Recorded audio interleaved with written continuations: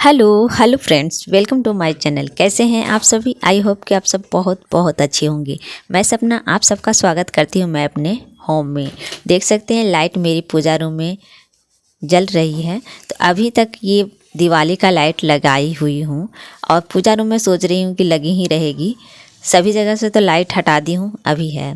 और सुबह का मॉर्निंग का टाइम है, अभी 5 बज रहे हैं और 5 बजे से ही ठंड के मौसम में मेरी दिनचर्या शुरू हो जाती है।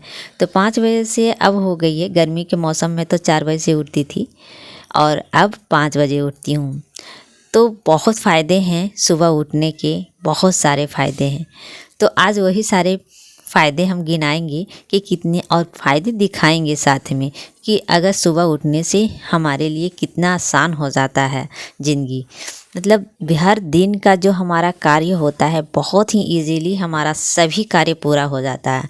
कहते हैं ना कि हम लोग जब भी सोने से पहले सोचकर सोते हैं कि क्या क्या करना है, सुबह में उठकर ये करना है, मुझे ये काम निपटाना है दिन भर में, ये सोचकर तो सोते हैं। लेकिन बहुत सारे लोग जो होते हैं कि सोचकर तो सोते हैं लेकिन सुबह उठने के बाद असकत से हम सोए ही रह जाते हैं 6-7 बजे तक। इसके कारण ये हो जाता है कि हम कोई काम कर ही नहीं पाते हैं सही टाइम पर। जितना भी हम लोग रात में सोचकर हम सोए हैं वो सारा काम हम लोगों का नहीं होता है। तो इसीलिए हमें जब भी हम सोने से पहले हम सोच लें कि सुबह में हमें क्या क्या करना है, भर दिन मुझे कौन सा काम करना, कौन सा मेरे घर में काम है, कौन सा काम मुझे निपटाना है कल होकर। तो ये सारे चीज़ें सोच कर सोएं। लेकिन हाँ, टाइम पर उठें। 5 बजे ये होता है ना कि जब भी टाइम आप लोग अलार्म लगाते हैं, चाहे जितने पहले, मैं ये कह दूं कि हमेशा सूर्योदय होने से पहले हमें जागना चाहिए। चाहे तो 4 बजे उठें या फिर 5 बजे उठें या फिर आप 6 बजे उठ सकते हैं, बस यही। लेकिन 6 बजे के बाद, इसके बाद तो 7 बजे तक सूर्योदय हो जाती है ठंड के मौसम में। तो 6 बजे से भी उठेंगे तो बेस्ट टाइम है, 5 बजे से उठेंगे फिर भी बेस्ट टाइम है। तो यही 3 टाइम होता है जो कि हम लोगों को उठना होता है।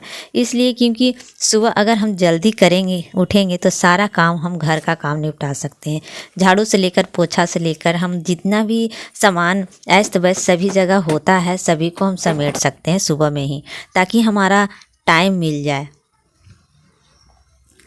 बाकी कामों का। क्योंकि हम लोगों को क्या होता है, हाउस वाइफ को तो 3 टाइम खाना बनाना होता है और कितने को 2 टाइम। तो ये चीज़ होता है। तो जो जिसको 2 टाइम बनाना होता है, जो कि सुबह में सारे कामों को निपटा लेते हैं, और जो 3 टाइम करना पड़ता है उसे भी वही काम करना पड़ता है। सुबह में कामों को उठकर निपटाना पड़ता है। 3 टाइम खाना बनाना होता है तो 3 टाइम ही ख़त्म हो जाता है खाना ही बनाने में।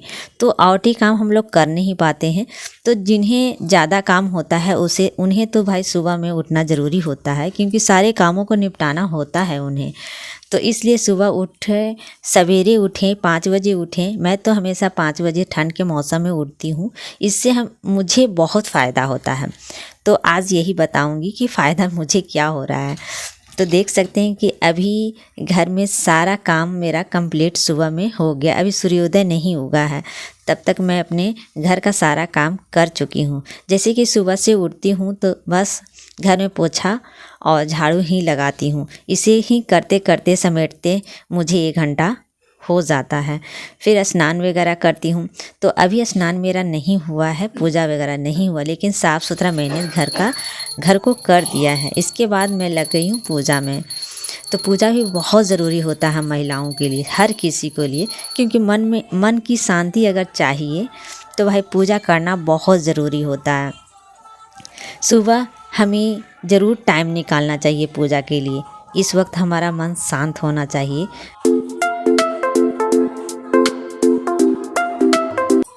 Hello friends, good morning. कैसे हैं आप सभी? आई होप कि आप सब बहुत बहुत अच्छे होंगे। और मैं सपना आप सबका स्वागत करती हूँ मैं अपने होम में। तो फ्रेंड्स, अभी चाय मैं चढ़ा रखी हूँ और अभी सबको सर्दी हो रहा है। मौसम बदल रहा है ना, तो सबको सर्दी हो गया है। और अभी तक हर्ष के पापा सोए हुए हैं क्योंकि उनको हो गया है सर्दी। तो अभी गर्मा गर्म अदरक डालकर मैं अभी बनाकर देने जा रही हूँ चाय उनको। ज़रा अभी सोए हुए हैं तो सर्दी थोड़ा दिन भर, इनको क्या है ना कि बाहर का पानी पीने से इनको भी हो जाता है, और मैं भी बाहर का पानी पी लेती हूँ ना तब मुझे भी सर्दी हो जाती है। तो बाहर कल दिन भर तो घर पर नहीं थे, बाहर गए थे काम से, तो अभी आए हैं आज सुबह में। अब पूरा सर्दी से एकदम पूरा बेहाल हो गए हैं, तो अभी सोए हुए हैं। तो अभी गर्मा गर्म अदरक वाली चाय बनाते हैं गर्मा गर्म। और बच्चे हैं कि अभी अंडा उबाल रहे हैं सुबह में एक्सरसाइज करने के बाद। जो भी घर में अवेलेबल है, जो आप ला सकते हैं ऐसे प्रोटीन वाले चीज़ें, जो कि आपके हाथ में हो, आपके बजट में खिला सकते हैं अपने बच्चों को वही चीज़ें, क्योंकि सबके पास अवेलेबल सारे सामान नहीं होते हैं जो कि बच्चे को खिला सकें। लेकिन जो भी हमारे पास है वो तो ज़रूर खिला सकते हैं अपने बच्चों को प्रोटीन भरा। जैसे कि सस्ते से सस्ते चना भी हो गया, और अंकुरित चना मूंग ये भी खिला सकते हैं बच्चों को, तो इससे भी हाई प्रोटीन होता है और ये फ़ायदेमंद भी है। तो अभी मैं चाय बना लेती हूँ। तो अभी मैं चाय देने जा रहे हैं हस्बैंड जी को, और ये देखिए ये अभी प्याज काट रहा था। हटो, हट जाओ। और आज बच्चों की छुट्टी है, इसलिए आप लोगों को नज़र आ रहे हैं बच्चे, क्योंकि बच्चे तो छुट्टी नहीं रहता तो नज़र ही नहीं आएंगे मेरे घर में। तीनों को तीनों गायब रहते, मैं अकेले ही रहती हूँ, लेकिन आज छुट्टी है तो सर्दी पूरा हो गई है इनको, तो अभी आराम करें रहे हैं, सोए हुए हैं। तो अभी कड़क वाली चाय दे रहे हैं, अदरक वाली चाय, जो कि थोड़ा सा आराम लगता है अदरक वाली चाय पीने से गर्मा गर्म ठंड के मौसम में। और ठंड के मौसम में जो बदलाव हो रहा है ना, उसके कारण सभी को सर्दी हो रहा है।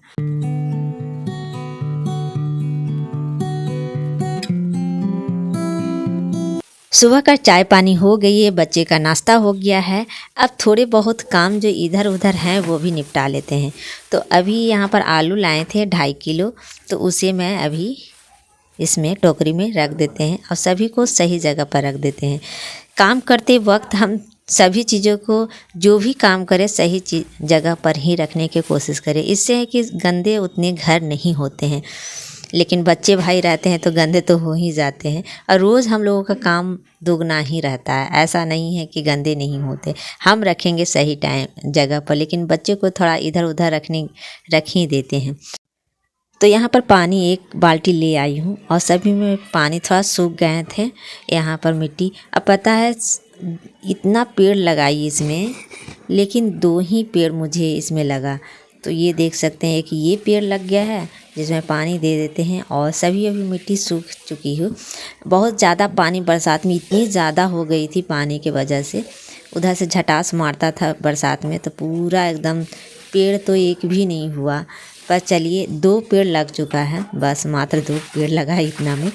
अब मिट्टी भी थोड़ा सा ख़राब हो चुका है, तो इसे मिट्टी को भी भरवाना है। तो फ्रेंड्स, सुबह उठने के बहुत सारे फ़ायदे और नुकसान भी बहुत है। अगर हम लेट से उठेंगे तो सारा काम हमारा लेट से होता है, और हम लोग जो सोचते हैं काम वो पूरा भी नहीं होता है। दिन में अगर सोचेंगे कि आज मैंने सोचा कि अचार लगाएंगे, अगर मैं सुबह नहीं उठती तो मैं ये अचार लगा नहीं पाती। तो अभी मम्मी आई हुई है, दोपहर का टाइम है, सारा काम मेरा निपट चुका है। बस बैठकर हम और मम्मी दोनों अचार लगाएंगे यहाँ पर, क्योंकि अचार लगाने का मन था। और ये अचार है लहसुनाद हम लोग बना रहे हैं, और मम्मी के हाथों से बनेगा, क्योंकि मुझे लहसुनाद बनाने आता नहीं है, लेकिन मम्मी आई है मुझे सिखाने। तो हम लोगों ने यहाँ पर लहसुन छील दिए हैं आधा केजी, और ये ओल है जो कि अभी पॉलीथीन पहन कर मैं काट रही हूँ। तो अभी छीलकर अच्छे से धोकर सुखा कर रख ली थी। तो इसे है ना कि सभी को टुकड़े में कर देना, क्योंकि इसे हम लोग खल में कूटेंगे।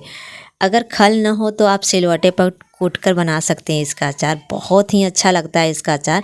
लेकिन हाँ, ये बूढ़े बुज़ुर्ग के लिए ज़्यादा फ़ायदेमंद है, हम लोगों के लिए थोड़ा सा कम ही खाना चाहिए, और बच्चे लोगों को बहुत कम दें, ना के बराबर दे सकते हैं ये अचार, क्योंकि ये सारा चीज़ें गर्म ही। और देख सकते हैं कि इतना लहसुन छीली हूँ, तो सभी अभी इधर उधर है, सभी अचार बना लेंगे, इसके बाद साफ़ करेंगे। और यहाँ पर मम्मी अभी जितना भी ओल था उसे कूट दी है, और कूट कर एक कपड़े में उसका पानी अच्छे से गार के हटा दे रही है। तो ऐसे ही अचार इसका लगता है। तो और ओल तो जानते ही हैं कितना हाथ में लगता है, तो मम्मी ये चीज़ कर रही है, मुझे नहीं करनी दी कि ज़्यादा लगेगा हाथ में। तो ओल तो सारा तैयार करके मुझे दे दी है मम्मी पानी गार कर।